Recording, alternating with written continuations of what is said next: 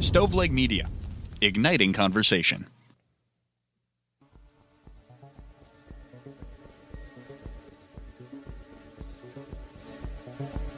Welcome to True Crime to Go. What can I get for you? Gold. That's all. I don't want your cash. I don't want your stocks, your bonds, your crypto. Give me some gold. Pull up to the second window and we'll see you next crime.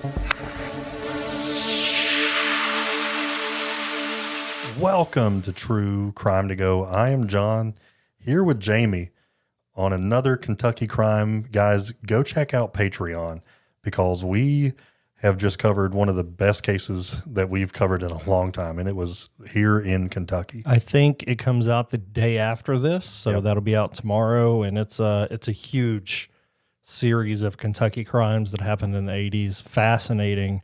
But I'm obviously on a Kentucky kick, so we're going to stay in the bluegrass today. Yep. Go join that today, and then tomorrow you're going to have access to it. But in the meantime, there's a lot of stuff over there. Jamie, this is fascinating. Why don't you get the ball rolling? Super close to us, and this happened just 2 weeks ago, so don't have all the details yet, but we have enough to get the story going, so we're going to jump right into it. This was on... Before the lawsuits fly, let's just say right off the bat, everything we are about to say is allegedly. Allegedly. Sometime before April 9th, 2026, somebody entered a private residence in the Maretburg area of Rockcastle County. John, we border Rockcastle County. Do you know where Maretburg is? I couldn't, if my life depended on it, I couldn't tell you. I have to imagine that Maretburg is roughly 1 square block. Yep.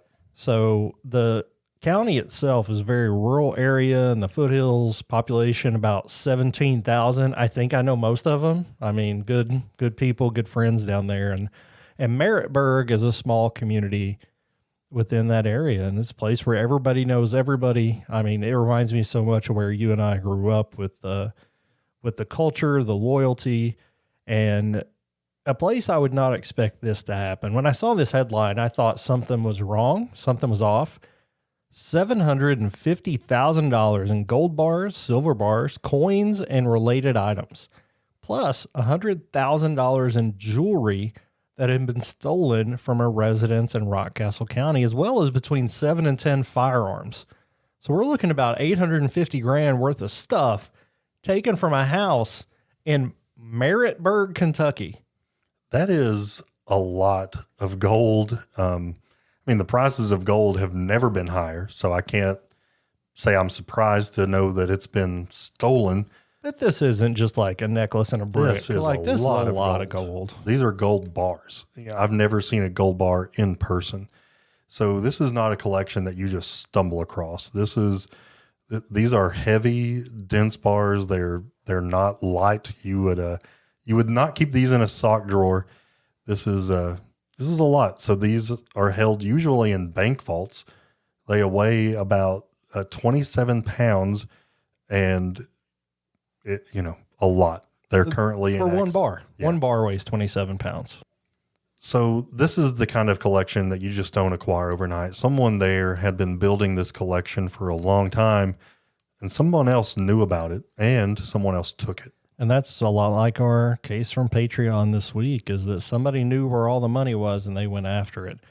On the same day that this case appeared in open records, a man named William Daniel Martin was arrested on Big Cave Road in Mount Vernon. Now, Mount Vernon, Broadhead, those are the towns I know in Rockcastle County. Mount Vernon's the county seat of Rockcastle, and that's where Martin, 42 years old, was arrested. He was charged with receiving stolen property of $10,000 or more. This came before the sheriff's office even publicly announced the investigation into the robbery at large. The public announcement for everything came out on April 12th. And then we had our second arrest the next day, 43-year-old Kristopher Fletcher. Fletcher was taken into custody in Boyle County, pretty close by, and it boils Rockcastle to the west. And both Martin and Fletcher were charged with receiving stolen property worth $10,000 or more but less than $100,000. And that's important here because we're talking about $850,000 worth of stuff, but their charges are for less than 100 each. Yeah, and I guess it's important to be precise about that charge for a moment because it does matter. The property allegedly stolen is worth around $850,000. The charge that these two men are currently facing is receiving stolen property worth $10,000 or no more, but less than $100,000.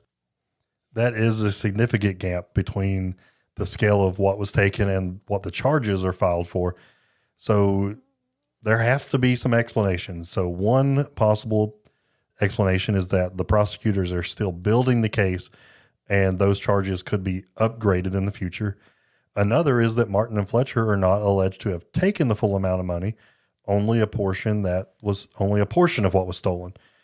There are, there's a lot of possibilities here. I don't think we have the full details. Heck, there could be more arrests that will be made soon. But it's possible that charges could be upgraded. It's possible these guys are just in possession of a smaller amount and the real culprit is out there still at large. Or it's possible that something crazy has happened. Because when Martin was arrested and talked to police, he told them that the homeowner, the owner of all the gold, the jewelry, the coins, had hired him and another person to move all of this from one property where the house was to a property in another town. Now that could mean he was just hired to move it and then it was reported stolen on accident, or it could mean allegedly that he's a dirty liar, or that they wanted to make it look like it had been stolen for insurance reasons. Allegedly. So if he's telling the truth, which we have no idea yet, this is still very fresh information, then there's a lot more to this story than we know.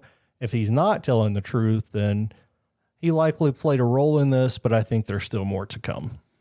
Yeah, the warrant also states that a woman told police that someone had entered her home and had taken the gold, silver, coins, jewelry, and firearms.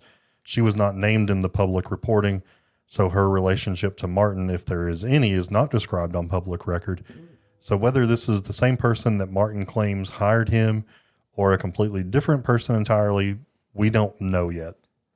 Everybody knows everybody down there, and I can't get anybody to tell me who they think had this much gold at their house. Now, it may be that 10 people have this much gold and it's buried and nobody knows about it, but this is a lot of mystery even in the deep corners of Rockcastle County. So this is one that we'll definitely keep you updated on. It could end up being a very intriguing, layered story. It could end up being just a huge theft. So if that's the case, we'll let you know when that gets nailed down as well.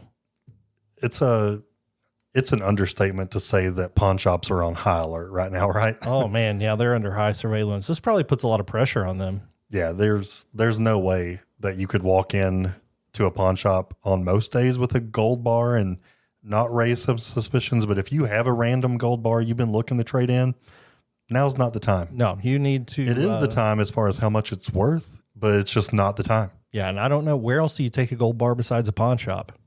Yeah. Not to Maretburg, I'll tell you that. No. This has been a crime story in 10 minutes or less. Would you like crime with that?